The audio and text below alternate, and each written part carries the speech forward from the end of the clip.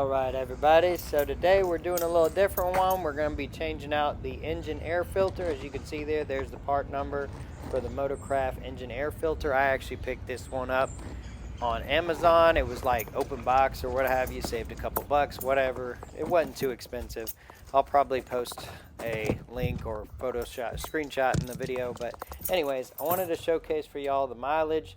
As you can see there, 90,767, not too bad, but I like to change out the air filters about every 30,000 miles. That's both cabin and engine. I know the cabin is technically supposed to be 20,000, but I've never really had too big of an issue doing 30,000, so I just swap out both filters. But today we're going to be doing the engine air filter, as you can see here, and my famous one-handed filming and one-handed doing the job.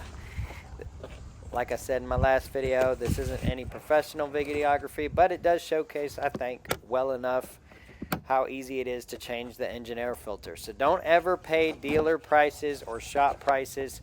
You can literally pop this thing open, take the filter out, put the new filter in, and call it a day. Now that filter is actually not too bad, if I'm being honest. I don't know why, but maybe I just live in a clean area, even though I do live in the city. The filters never end up too bad, but I change them out anyways. So here's the new filter for y'all to take a look at, and the old filter. I'm going to do a little side-by-side for y'all so y'all can compare.